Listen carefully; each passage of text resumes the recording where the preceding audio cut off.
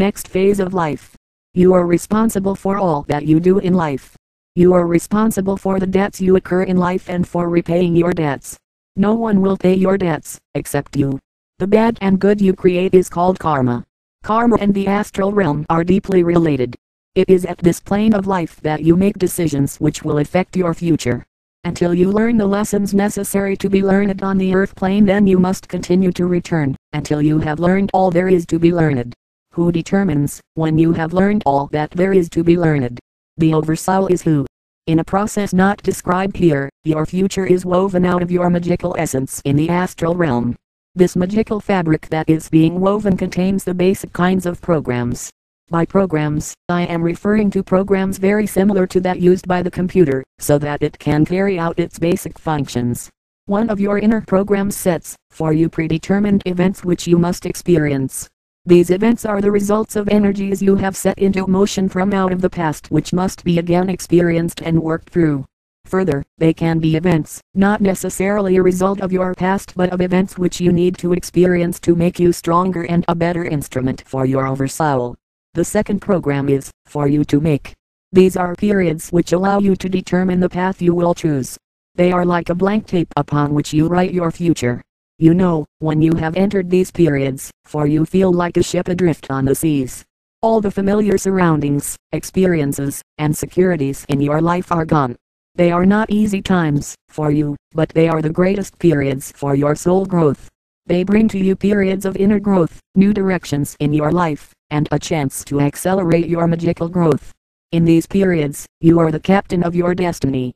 By the choices you make and the opportunities you take to advance, your future is set in motion. These periods allow you to clear up excess karmic debt. They will bring to you new friends, teachers, and many changes which, if taken advantage of, will allow you to achieve great magical growth. You must watch for these periods and take all the advantage of them you can. You have to be tough.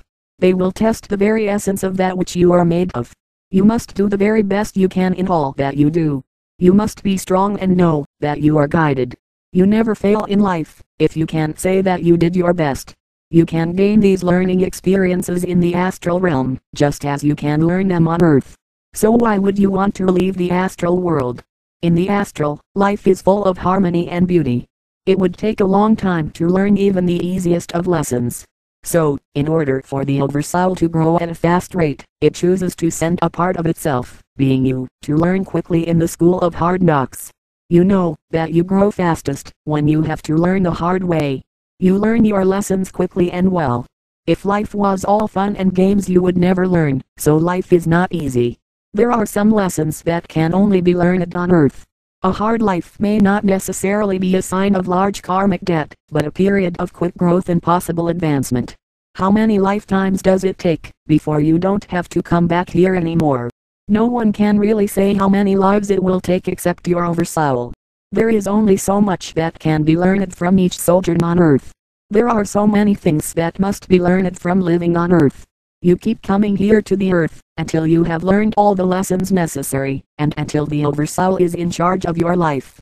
Each of your lives adds to the eternal essence which is your Oversoul. Yet this idea of reincarnation or the returning to life on earth time and time again scares many.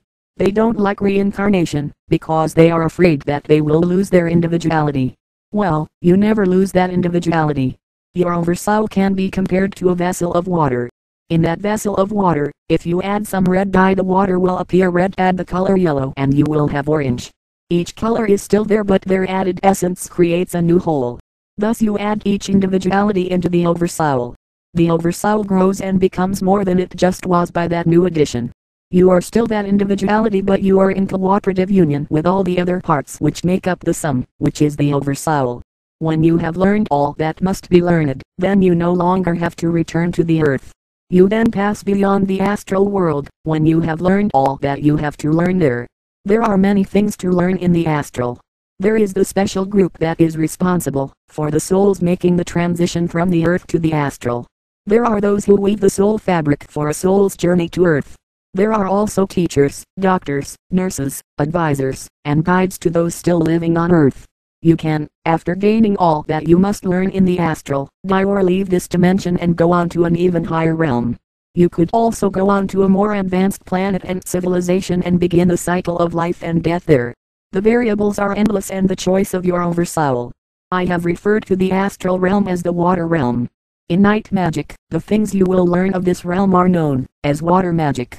From the beginning, the ancients have likened the astral realm to water, because things of the astral involve the emotions. The astral body is the body of emotions. You feel and express emotions, because you have an astral body. It is the purpose of water magic to help you gain control over, and to refine, your astral body. The instruction, exercises, and rites are presented here to accomplish this purpose. This is the hardest body to gain control over. The emotions in most people run wild and out of control. People give into their emotions without trying to gain any self-control. You have to learn to control your emotions in order to have magical growth.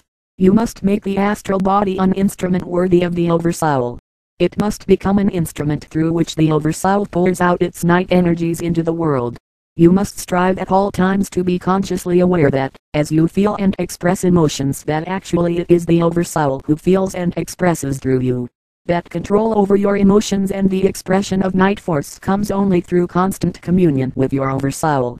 Strive for this communion at all times. You are the oversoul in emotional expression here on earth. Through the oversoul you will succeed. Let's begin immediately learning exercises for emotional control and magical advancement. The astral body and exercises for emotional control on each realm of life that the oversoul lives on. There is a necessity for a vehicle made up of that realm's essence in order for the oversoul to find expression in that realm. The vehicle you are most familiar with is the physical body. It is made up of dense physical matter. You know from earlier discussions that there is a large amount of space between all the molecules of the physical body. Interspaced in the physical body can be found the astral molecules which make up the astral body. In the astral realm, your astral body and all the astral surroundings are as solid and real to you as is your physical body and surroundings when you are in the physical realm. The astral body is much more refined and vibrating at a higher vibration than is the physical body. The astral body has the same identical form as your physical body. When you are in the astral realm, though, your astral body is very beautiful and without imperfections. There are no signs of aging, as there are in the physical world. The astral form is very beautiful and the face is of exquisite beauty. There is no ugliness or lack of harmony in the astral. The astral body exists simultaneously with the physical body and all other bodies as well. While you are in the physical body, the astral body is the body through which you feel. It is the body through which the oversoul impresses and communicates with you. At night, when you sleep, it is the body through which you experience dreams. Dreams are often distortions of your experiences in the astral realm. The astral body is the body of emotions. The astral body can be likened to an emotion magnet. When you express an emotion, you actually charge the surrounding astral material with that emotion. You have experienced this happening. For example, when you have gotten someone angry, you can actually feel the atmosphere around that person become alive with anger. You have also seen this when someone expresses love for another. The astral material which surrounds you and the physical world is made up of charged astral energy. For the earth, this energy is of a dense nature. There are all kinds of emotional energies which make up the astral material around the earth. These energies range from love to hate. On the earth you can have inharmony and discord and harmony and accord. This is what is meant by dense. You can express any emotions, while on earth. When you express an emotion, such as hate, the energy which is of like quality in the astral is attracted to you. You can see that your hate, added to the greater hate which is surrounding you, only makes your hatred more intense. You can then become consumed with hate, so much so that you may lose control and seriously hurt through that hate. Long after the hate seems to have left you, it still remains within your astral aura. The slightest thing can trigger again this hate reaction and more hate energy will be generated. This is what happens from a lack of emotional control. As I've said, the world, as a whole, is made up of many kinds of emotional energies. The energies are there to use and express with control. Without control, you become a pawn for domination by the emotional energies surrounding you. You must begin by learning to refine your astral body. To learn to place it in